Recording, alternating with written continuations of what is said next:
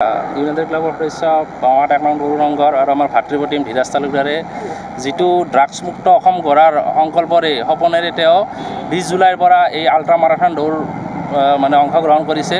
এটা মেছেজ দিব বিচাৰিছে যে যেনেকৈ অসমখন বা ভাৰতত এই ড্ৰাগছে আসক্ত কৰি বহুত যুৱকৰ জীৱন অনিষ্ট কৰিছে, এইটো যিটো মেছেজ লৈ তেওঁ দৌৰিছে। আজি ২০ তাৰিখ জুলাইত আৰম্ভ কৰি আজি পাঠশালাত উপস্থিত হৈছে আৰু তাৰ কাৰণে আমি তেওঁক ধন্যবাদ জ্ঞাপন কৰিছোঁ। আৰু আপোনালোক মিডিয়াইও ইয়াক মানে বহুত সহায় কৰিছে, একদম শদিয়াৰ পৰা আমাৰ পাঠশালালৈকে বহুত সহায় কৰিছে। অনাগত দিনত আপোনালোকে যেনেকৈ পাৰে তেওঁক সহায় কৰিলে হ'ল, বিশেষকৈ তেওঁক থকা ব্যৱস্থা কৰি দিলে হ'ল, যেনে য'ত চিকিউৰিটি থাকে, যেন থানা হওক IB হওক, এনেকৈ আপোনালোকৰ জৰিয়তে তেওঁক থকাৰ ব্যৱস্থা কৰি দিলে হ'ল।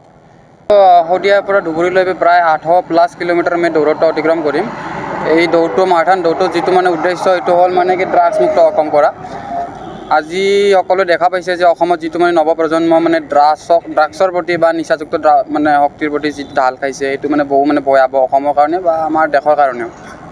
গতিকে মই এইটো যি মানে যিটো মোৰ ফালৰ পৰা যিমান চেষ্টা কৰোঁ মানে কি মাৰাথন দৌৰৰ দ্বাৰাই দি মানে কি ড্ৰাগছমুক্ত অসম কৰাৰ কাৰণে, আৰু মই মোৰ ফালৰ পৰা এইটোৱে মানে অনুৰোধ চৰকাৰলৈকে কি চৰকাৰৰ ফালৰ পৰা যিবিলাক মানে কি ড্ৰাগছমুক্ত মানে অসম কৰাৰ কাৰণে যিগিলাখান মানে কি এই প্ৰচেষ্টা চলাইছে, এইটো বহুতেই কৰিছে, কিন্তু আৰু কৰা বহুত প্ৰয়োজন। এইখিনি আৰু বাকী যিটো নৱপ্ৰজন্ম সেইটো মানে কি ড্ৰাগছ বা নিচাযুক্ত দ্ৰব্যৰ প্ৰতি অলপ মানে কি এৰা কৰি বাকী খেল ধেমালিৰ প্ৰতি অলপমান মানে অকণমান মানে কি ধ্যান দিনটোৰ মানে আধা ঘণ্টা নহ'লে 1 ঘণ্টা মানে দেহৰ প্ৰতি ফিজিকেলি এক্টিভিটি কৰাটো বহুত প্ৰয়োজন। এইখিনি মোৰ ক'ব লগা। হয়, মোৰ ঘৰ ডিষ্ট্ৰিক্ট বজালী, গাঁও বামাঘাটা, কেন্দুগুৰি চহৰত। আৰু মই যিটো দৌৰটো মই শদিয়াৰ ডক্টৰ ভূপেন হাজৰিকা সেতুৰ পৰা আৰম্ভ কৰিছোঁ ধুবুৰীলৈ। মই আজি আহি প্ৰায় এতিয়া 6টা চাৰে 6টামান বাজিল। এতিয়া আমি বজালী ডিষ্ট্ৰিক্টৰ পাঠশালা চহৰত মই উপস্থিত হৈছোঁ। আৰু ইয়াত মোৰ যিবিলাক মানে কি আমাৰ মানে তৰুণ সংঘ আৰু আমাৰ যিটো ইউনাইটেড ক্লাবৰ সদস্যসকলে যিটো মানে মোৰ অভ্যৰ্থনা কৰিলে, মানে যিমান মৰম যাছিলে, এইটো বহুত মানে কি আভাৰী মই।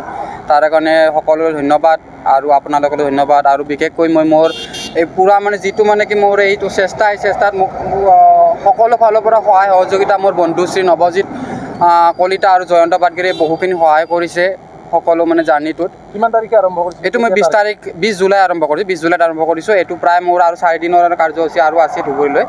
প্ৰায় 3 বা 4 আগষ্টত এইটো মানে কি শেষ হ'ব। কেনেকুৱা ধৰণৰ সঁহাৰি পাইছে এই যাত্ৰা? সঁহাৰিত মই বাকী আমাৰ যিখিনি সাধাৰণ ৰাইজৰ পৰা বহুখিনি ভালে সঁহাৰি পাইছোঁ। বাকী অলপ চলপটো মানে কি অসুবিধাৰ সন্মুখীনটো হ'বই লাগিব, সেইটো বাধ্যত। বাকী এইখিনি আৰু। ৰাতি ক'ত কেনেদৰে আছে? ৰাতি মই ক'ৰবাত মই কেম্পো কৰিছোঁ, কেতিয়াবা মই তেল ডিপুটো মই ষ্টে' কৰিছোঁ, আৰু কেতিয়াবা কাৰণে মই ক্ৰীড়া সন্থা বা এনেকৈ ষ্টেডিয়ামত ইনডোৰ ষ্টেডিয়ামত মই মানে কি গেষ্ট হাউচত বা IB গেষ্ট হাউচতো মই আছোঁ। যোৱাকালি মই IB গেষ্ট হাউচত আছিলোঁ। তাৰপিছত মই বাৰটা চাৰিআলিত মই মানে এনে কেম্পিং কৰি মানে তেল ডিপুত মানে আছিলোঁ। বাকী অলপ চলপটো অসুবিধাৰ সন্মুখীন হ'বই লাগিব, এইটো মানে কি বাধিত।